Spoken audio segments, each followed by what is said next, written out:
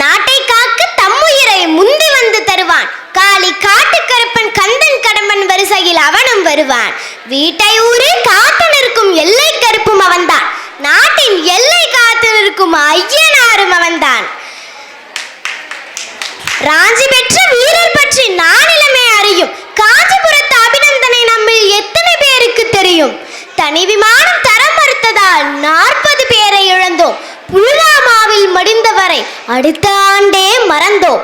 ஆம், மறதி நம் தேசிய வியாதி என்றாலும் நம் தேசத்திற்காக உயிர் நீத்த வீரர்களை மறத்தல் தகுமோ என்ற கேள்வியோடு இந்திய ராணுவத்தில் நாம் மறந்த நாட்டை உலுக்கிய புல்வாமா தாக்குதலை நினைவூட்ட வந்துள்ளேன். பிப்ரவரி 14, 2019 இந்தியாவின் கருப்பு தினமது. நம் நாட்டின் காதலர்களான ராணுவ வீரர்கள் 40 பேர் புல்வாமாவில் தற்கொலை படையினரால் கொல்லப்பட்டனர். நமது எல்லை சாமிகள் நாட்டை காக்க ஆயத்தமாக 78 ராணுவ பேருந்துகளில் அணிவகுத்து சென்று கொண்டிருந்தனர். எதிரிகளுடன் நேருக்கு நேர் சண்டையிட்டு குண்டடிபட்டிருந்தால் கூட மகிழ்ச்சியுடன் மரணித்திருப்பார்கள். ஆனால் எதிரியோ முதுகில் குத்தியது போல தற்கொலை தாக்குதல் நடத்தி பலரது கனவுகளை கொலை செய்தான். அதில் தமிழக வீரர்களும் சாய்க்கப்பட்டனர்.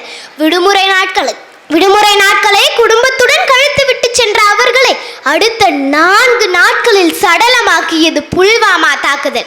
நெஞ்சு பொறுக்குதில்லையே. அந்த ஒரு வாரம் தொலைக்காட்சியில் அவரது முகமும் அவரது குடும்பத்தின் கதறலும் தான் ஒலித்தது. ஆனால் அவர்களின் தற்போதைய நிலை குறித்து யாருக்காவது தெரியுமா? மறந்து விட்டோம். அன்று தமிழகத்தின் மக்கள் தொகையோ 7 கோடி. ஆளுக்கு 1 ரூபாய் கொடுத்திருந்தால் கூட அந்த வீர மகனுக்கு நாம் செய்த நன்றி கடனாய் இருந்திருக்கும். புல்வாமாவின் எதிரொலியாக அடுத்த 8 நாட்களுக்கு பிறகு எதிரி நாட்டு விமானம் இந்திய எல்லைக்குள் நுழைந்தது. அதை துரத்தி சென்ற இந்திய விமானம் அதை சுட்டு நொறுக்கி பதிலடி கொடுத்தது. அப்பொழுது எதிர்பாராத விதமாக பாகிஸ்தான் எல்லைக்குள் ஒரு வீர விதை விழுந்தது. அதுதான் நம் அபிநந்தன் வர்த்தமான்.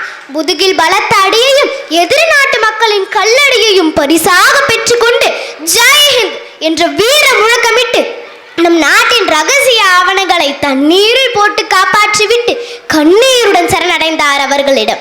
60 மணி நேர கடின போராட்டத்திற்கு பிறகு இந்தியாவிடமே ஒப்படைக்கப்பட்டார். அந்த பெரிய மீசைக்காரரை மறத்தல் தகுமோ? இந்த சமூகத்திற்கு நான் கேட்கும் ஒற்றை கேள்வி, இறந்தால் மட்டுமே அவர்களை பற்றி பேசுகிறீர்கள், உயிருடன் இருப்பவர்களை பற்றி ஒரு நாளாவது நினைத்ததுண்டா?